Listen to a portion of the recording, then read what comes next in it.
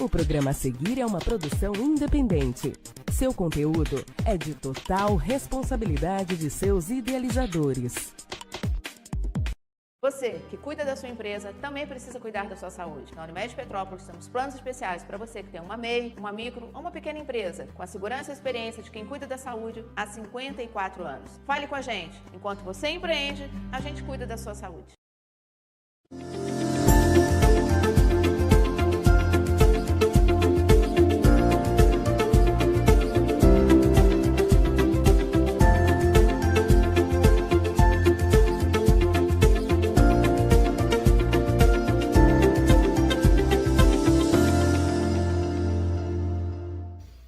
Oi pessoal, tudo bem? Sejam muito bem-vindos. Começa agora mais um Unimed Presente da sua casa, esse espaço que a gente traz para você saúde, qualidade de vida, medicina preventiva e, claro, tudo aquilo que você precisa saber para se cuidar antes de acontecer qualquer tipo de problema. E você viu aí no início da nossa edição que a Unimed Petrópolis está com uma promoção, uma oferta exclusiva para você que precisa cuidar da sua saúde, que quer garantir a qualidade de vida, principalmente você que tem um CNPJ. Hoje em dia, quem não tem, né? Todos nós somos empreendedores, temos um negócio próprio e essa oportunidade é para você. São planos PJ a partir de R$ 204,30, ou seja, cabe no bolso, para micro, MEI e pequena empresa. Eu gravei um comercial de vendas e eu mostro para você quais são essas condições. Acompanhe agora. Você é MEI, micro ou pequeno empresário? É hora de cuidar da saúde com quem é referência. Só a Unimed Petrópolis tem plano PJ com 10% de desconto por um ano, zero carência na consulta e a partir de R$ 204. Não perca tempo e contrate agora a solução ideal para o seu negócio. Bom, não perca essa oportunidade que pode transformar o seu futuro e, claro, também pode garantir a qualidade de vida do seu negócio, dos seus funcionários, porque você cuida dos seus clientes, mas quem é que cuida dos seus funcionários? A Unimed Petrópolis. Conte com a gente, fale com o nosso time de vendas e garanta essa oportunidade. Agora, falando de saúde, sim, a gente fala com o mastologista Alexandre Vilela, vai trazer para você algumas orientações da saúde preventiva da mulher. Muita gente acha que outubro é o mês que é dedicado a cuidar delas, mas a saúde é o tempo todo. Seja bem-vindo, vamos começar então o nosso papo. Bom, muito obrigado pelo convite. Espero esclarecer o que for necessário para passar mais informação aos nossos pacientes, aos nossos ouvintes. Perfeito. Vou abrir espaço para vocês. Sempre falo aqui de médico para médico, então estou aqui só para mediar o papo, abrindo para vocês. Mais uma vez é muito bom estar aqui falando para você, na sua casa, sobre saúde e prevenção. Hoje a gente traz realmente um assunto muito importante. Estou inclusive de rosa, não estamos no Outubro Rosa, mas já estou de rosa, para falar de um assunto muito importante, que é a prevenção do câncer de mama. Hoje a gente sabe que quando ele é realmente diagnosticado logo de início, 90% tem cura. Então, vamos trazer aqui o Dr. Alexandre Vilela para falar nesse assunto. E a primeira pergunta que eu faço para você, Alexandre, quais os fatores de risco? Tá, muito bem. Os fatores de risco principais são a idade. Quanto maior a idade, maior a chance de um câncer aparecer. Existem outros fatores que não são modificáveis. São menstruar muito cedo, parar de menstruar muito tarde, o não engravidar ou engravidar depois dos 30 anos de idade. Isso são fatores de risco que aumentam a chance da pessoa ter câncer de mama. Mas existem muitos fatores de risco relacionados ao estilo de vida de cada uma das mulheres. Quer dizer, atividade física regular, uma dieta balanceada, controle do peso, tudo isso vai fazer com que a gente reduza a chance da doença se manifestar. E um outro fator de risco que é muito importante, mas ele não é o tão frequente, é o histórico familiar. Apesar de, quando existe o histórico familiar de câncer de mama, esse fator é um fator muito importante, entre todas as pessoas que têm câncer de mama, ele não é tão frequente assim.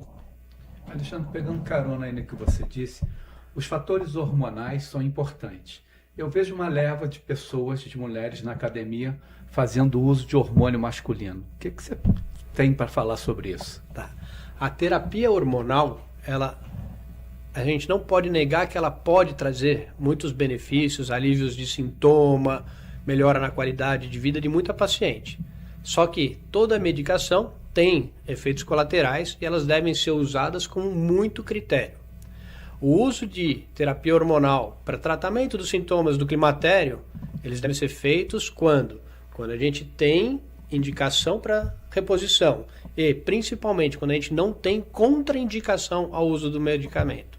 Então, sempre que uma pessoa vai fazer uma terapia hormonal, o ideal é que ela faça uma avaliação com o mastologista, que faça os exames de rastreio, a mamografia, a complementação quando necessário, para ver se ela tem alguma contraindicação para se usar o hormônio. É importante que a gente saliente que o uso da testosterona, hoje pelas sociedades médicas, ele é muito bem estruturado. Então, o uso para fins estéticos, ele é contraindicado pela sociedade médica. O uso para hipertrofia muscular, ele é controverso, ele tem as suas indicações precisas. E o uso do hormônio, sim. Numa paciente que possa ter alguma lesão já inicial, ele pode promover, acelerar essa multiplicação dessas células. Eu vou fazer uma pergunta aqui. A gente fala de câncer de mama, por incrível que pareça, a gente associa imediatamente à mulher. E eu já vi casos de homens com câncer de mama. Vamos tirar então esse mito, de que assim, pode ser óbvio, 1%, mas é possível. Sim, câncer de mama no homem não é um mito, ele é um fato, né? Estatisticamente é 1% dos casos. Só que se um homem na família teve câncer de mama, a gente acende um alerta para toda a família. Porque a chance deste homem ter uma mutação genética e essa mutação genética ser herdada, ser transferida para a filha ou a própria irmã dele ter a mesma mutação é muito importante. Então, se um homem tem chance de ter câncer de mama e se ele teve o câncer de mama, é importante a gente avaliar o restante da família toda. Bom. Alexandre, a gente sabe da importância do autoexame das mamas. Eu queria que você falasse um pouquinho sobre isso e também das suas limitações do exame. O autoexame é uma medida muito importante para a mulher, porque a mulher que faz o autoexame com regularidade, ela se conhece. E ela se conhecendo, ela consegue identificar pequenas alterações, que daí ela vai procurar um médico e o médico vai avaliar para saber se aquela alteração que ela identificou na mama é uma alteração real ou não. O autoexame tem as suas limitações? Tem. O dedo humano, ele não é tão sensível quanto um exame como uma mamografia. O dedo humano, de uma pessoa não treinada, vai conseguir identificar nódulos de 2 centímetros. Então, dessa maneira, a gente não vai conseguir diminuir a mortalidade pela doença. Então, o dedo humano de um médico bem treinado consegue até identificar nódulos menores, sim. Mas se a gente aliar o autoexame com o autoconhecimento, a avaliação clínica e os exames de rastreio, daí sim a gente vai conseguir atingir um diagnóstico precoce, tratamentos mais eficazes, cirurgias não mutilantes e melhorar a vida e até mesmo atingir índices de cura, como a doutora falou, de acima de 90%. Perfeito. Em termos de sinais e sintomas, o que é importante a paciente ficar atento? Ou o paciente? Sim. Tá. O nódulo é o principal sinal ou alteração na mama que pode ser suspeito de um câncer. Então, a mulher ela vai fazer o autoexame e nesse autoexame ela vai palpar a mama. Geralmente o que a gente recomenda é que ela faça isso uma vez por mês, preferencialmente na semana depois da menstruação, que é quando a mama vai estar menos sensível. Então ela vai conseguir dedilhar a mama toda e ela vai conseguir identificar essas alterações, essas áreas endurecidas. Então o nódulo é o principal sintoma que pode levar ao diagnóstico do câncer de mama. Além disso, nos casos mais avançados, a gente pode identificar vermelhidão da pele, retração da pele. Retração quando a pele entra, né? Porque vai ter muito leigo escutando a gente, então a gente vai ter que explicar o mamilo retraído ou desviado. Aqueles mamilos que eram para frente, então a mulher olhando no espelho, os mamilos estão sempre olhando, indicando a frente. Se porventura um ficou torto ou entrou, isso são sinais de alerta, que não quer dizer que obrigatoriamente seja câncer. Sim. Mas eles indicam que deva ser avaliado por um médico, sejam realizados os exames para a gente identificar se for realmente um câncer e começar um tratamento, e se não for um câncer, deixar a paciente mais tranquila. Existe muito medo quando se fala de câncer, né? Mas a medicina, ela vem evoluindo bastante ao longo dos anos. Enfim, a gente não tem mais tratamentos restritivos, por exemplo, só quimioterapia, só radioterapia. A gente tem uma gama de tratamentos. Então, eu queria que você falasse um pouco da qualidade de vida também que pode existir durante o tratamento e de quais são essas alternativas que podem ser implementadas durante esses Uma casos. coisa muito interessante que você acabou de falar é o medo. A gente tem uma pesquisa dentro da Sociedade Brasileira de Mastologia que identifica que o medo é o fator mais restritivo para o paciente chegar ao diagnóstico e ao tratamento. Ela falta numa consulta com o mastologista com medo do diagnóstico. Quando ela vai no mastologista, o mastologista pede o exame, ela falta na realização do exame com medo do que vai aparecer no exame, com medo de fazer uma biópsia e com medo de toda a cirurgia e o tratamento. Então, qual que é a melhor arma que a gente tem contra o medo? É a informação. Então, dentro da informação que a gente tem, se a gente fizer o diagnóstico precoce, o tratamento nunca vai ser uma única coisa.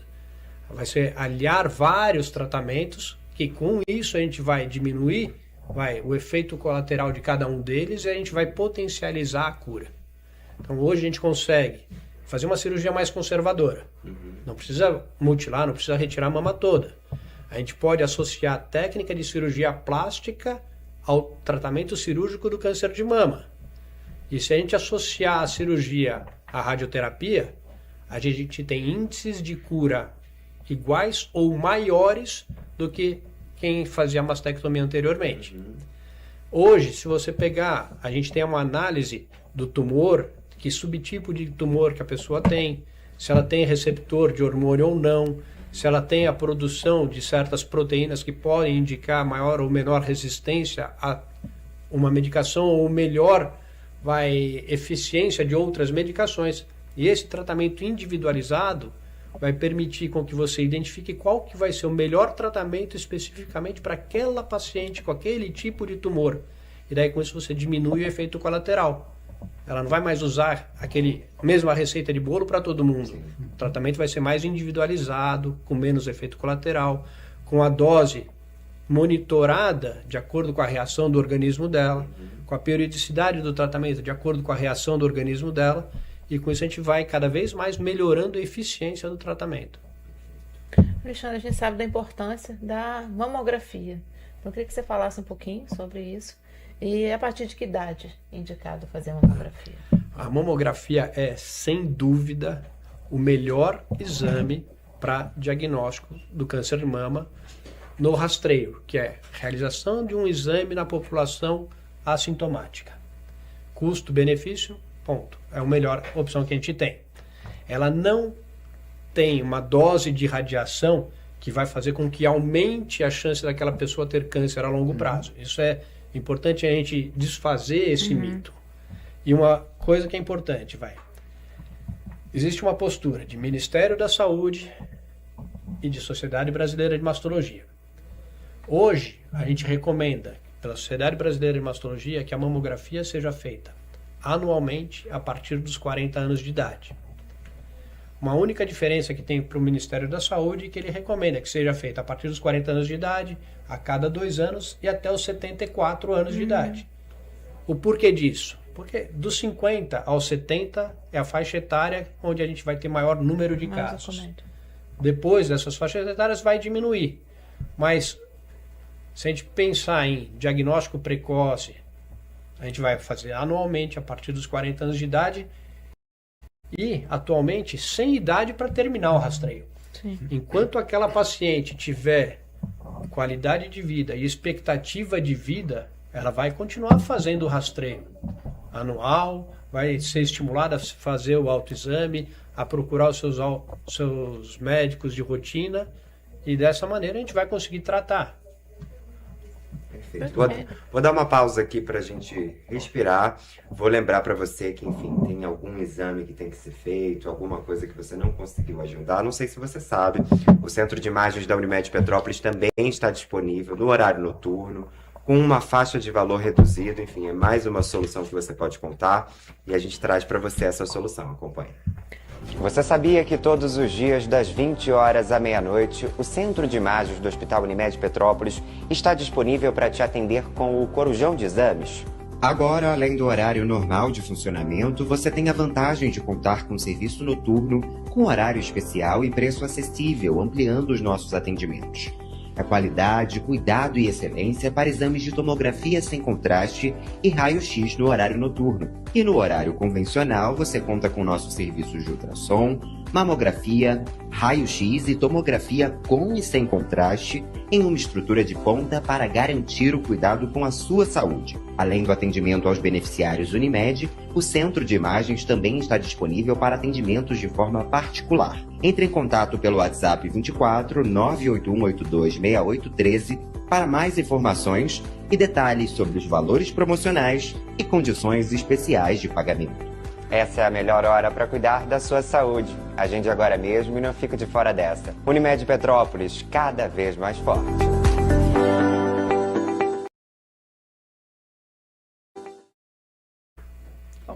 Não perca essa oportunidade, viu? Aqui você sabe que as dicas realmente fazem sentido e que são para você se cuidar. Bom, voltando ao nosso papo. Vamos lá.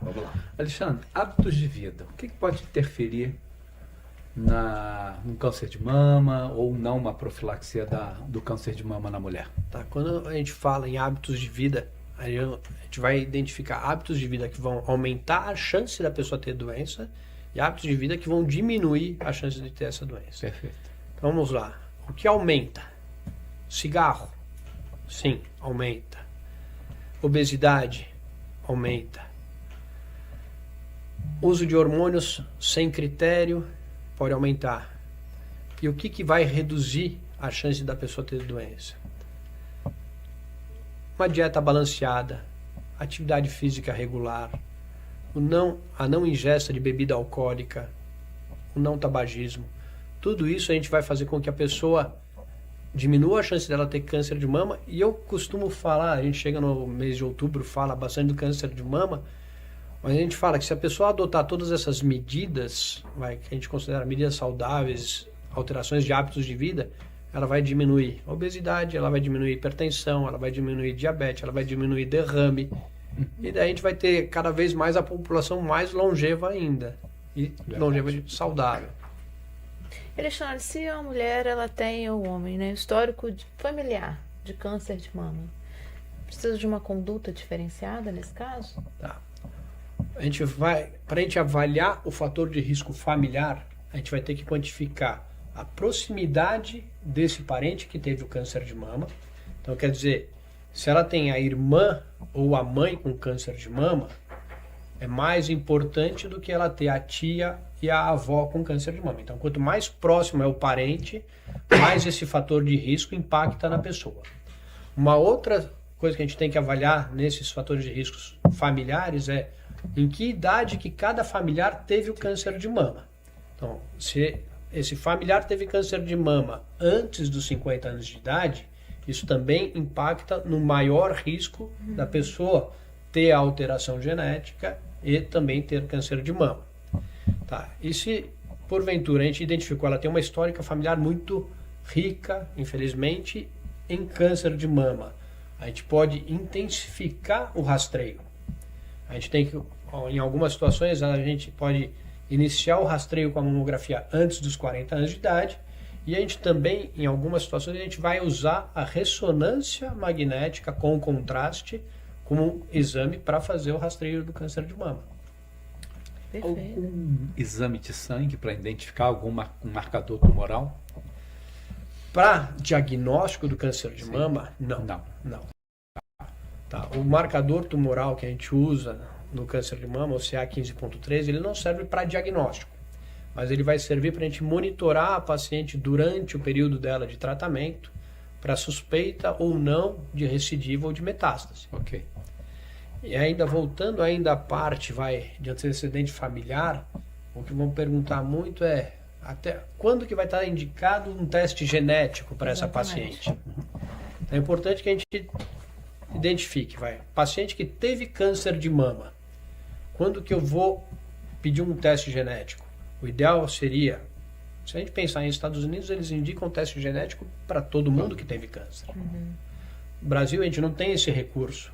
Então, a gente vai tentar selecionar para tentar identificar qual é a população com a maior chance de ter uma mutação genética para tentar abordar o restante da família. Então, câncer de mama, uma idade mais precoce, abaixo de 50 anos de idade. Câncer de mama triplo negativo, quer dizer, a forma mais agressiva de câncer de mama.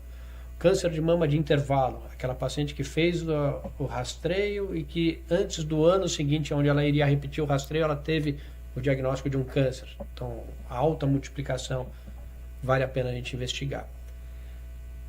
E vamos supor que se essa paciente que fez o mapeamento genético foi identificada uma alteração, essa alteração é ideal que a gente investigue nos parentes dela em primeiro grau. Mãe, irmãs e filhas. E como eu falei antes, se um homem teve câncer de mama, esse homem deve ser testado. E se, porventura, ele tem alteração genética, deve-se testar os parentes em primeiro grau também. Ok. Eu queria que o senhor falasse um pouco da importância da interseção, né, entre o tratamento multidisciplinar, né? Então, a gente sabe que tem um suporte de um assistente social, de um psicólogo, às vezes, outro tipo de terapeuta, e isso tem que estar bem alinhado, né? Um nutricionista, qual a relevância disso e qual a importância desse realmente alinhamento? Porque, às vezes, se o tratamento for desencontrado, ainda que as informações venham dos profissionais de saúde, o tratamento também pode se desencontrar, né? Tá. Uma coisa que a gente tem que ser muito racional uma andorinha não faz verão. O tratamento nunca deve ser colocado em cima de uma única pessoa, de um único profissional. Então, mesmo a parte médica, não é só o mastologista quem vai tratar. A gente tem o mastologista, a gente tem o oncologista clínico, a gente tem o radio-oncologista. Daí, nas outras especialidades, nas outras profissões, o fisioterapeuta vai ser muito importante para restabelecer todo aquele movimento do braço, o cuidado com a cirurgia, a enfermeira naquele cuidado do curativo, no pré e pós-operatório, isso é muito importante. A psicóloga, assim, a palavra câncer ainda tem muito impacto. Quando a pessoa você fala câncer, a pessoa já não entende nada do que foi falado depois na consulta. Então, assim, o suporte psicológico é muito importante. O médico não pode simplesmente jogar uma informação e pronto. Ele tem que saber como jogar essa informação e tem que esclarecer todas as dúvidas. Ele tem que estar à disposição para isso. E uma coisa que é muito importante, dentro de todo esse contexto de tratamento multidisciplinar e interdisciplinar, porque o tratamento do psicólogo, ele não fica restrito só àquilo. Ele acaba entrando dentro do tratamento médico. O tratamento médico vai entrando dentro da parte fisioterápica. Então, eles se interrelacionam. E é também muito importante o quanto essa paciente tem de apoio extra-tratamento. O marido, família, né? A mãe, o pai, o filho, o quanto que ela tem de estrutura familiar, essa rede de apoio, porque ela vai passar por momentos durante um tratamento que não vão ser agradáveis. E se ela não tiver essa rede de apoio, vai ser mais difícil dela enfrentar todo esse tratamento. É verdade. Apoio familiar é faz fundamental. diferença. Sim. E aí, vale lembrar aqui que brevemente teremos aí, falando tanto em equipe multidisciplinar e prevenção, que brevemente teremos aí na Unimed o nosso espaço Viver Bem. E é justamente um espaço voltado para a prevenção, com uma equipe multidisciplinar e colocando que realmente é importante a união de todas as forças, né? Não só uma equipe multidisciplinar, mas também a família, né? Em todos os aspectos. A gente está falando em câncer de mama, mas se for pensar em prevenção, né, de todas as doenças, a ação da família, a presença da família é muito importante. Então também foi bom você ter tocado nesse assunto, que é muito importante a gente estar sempre lembrando assim, o quanto é importante a base familiar estar junto num momento tão difícil, né? É verdade. Bom, antes da gente fazer as nossas considerações finais, eu vou aproveitar para destacar um pouquinho do que acontece lá no nosso hospital, para você ver que a gente está sempre trabalhando para garantir excelência. Mais um setor foi premiado e reconhecido pelo trabalho realizado dentro do Hospital Unimed, no programa Excelência em Ação. Você vai dar uma acompanhada aí e a gente volta para se despedir de você. Hoje nós estamos aqui recebendo a premiação do projeto de Excelência em Ação. E esse projeto ele foi muito bem-vindo, porque ele valoriza e reconhece o trabalho da nossa equipe. A equipe de nutrição é uma equipe muito grande, né? Muito ampla, e que está diretamente atendendo aos nossos pacientes e também aos nossos colaboradores. Meu nome é Thaís, agradeço muito pelo reconhecimento. Nossa equipe ficou muito feliz com tamanha valorização. Espero que a gente possa estar sempre tendo esse destaque e que a gente possa sempre estar colaborando para os nossos pacientes, para os nossos colaboradores, e o setor de nutrição ficou muito feliz com esse reconhecimento. Unimed Petrópolis, cada vez mais forte. E para você conhecer mais sobre os nossos serviços, você pode acessar os nossos canais digitais, unimedpetropolis.com.br, o nosso Instagram, @unimedpetrópolis, ou conhecer também as nossas sedes de atendimento para você realmente garantir o plano de saúde que mais cuida de quem é da nossa região e que há 54 anos tem orgulho de cuidar e de estar a serviço da nossa população. As considerações finais de vocês, porque o nosso encontro já está chegando ao fim.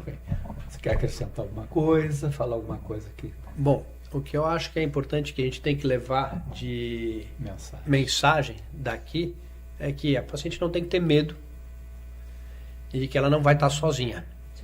Então, quanto antes ela procurar fazer os exames dela de rastreio, de rotina, ela vai ser melhor cuidada, e para cada etapa, para cada coisa que for identificada, ela vai ter que saber que vai ter alguém para apoiar e para tratar da melhor maneira possível.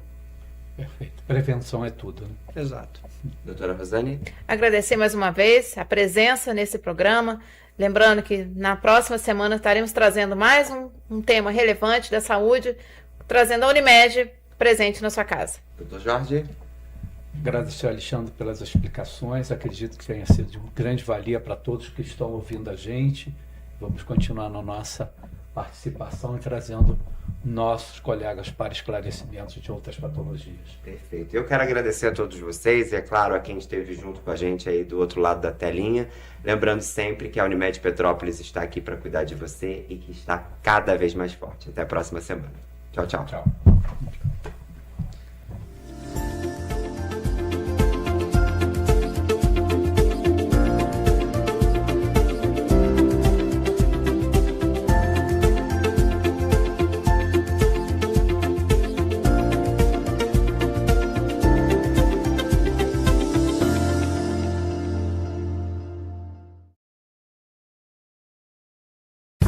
Começa agora o programa Show de Humor da TVI.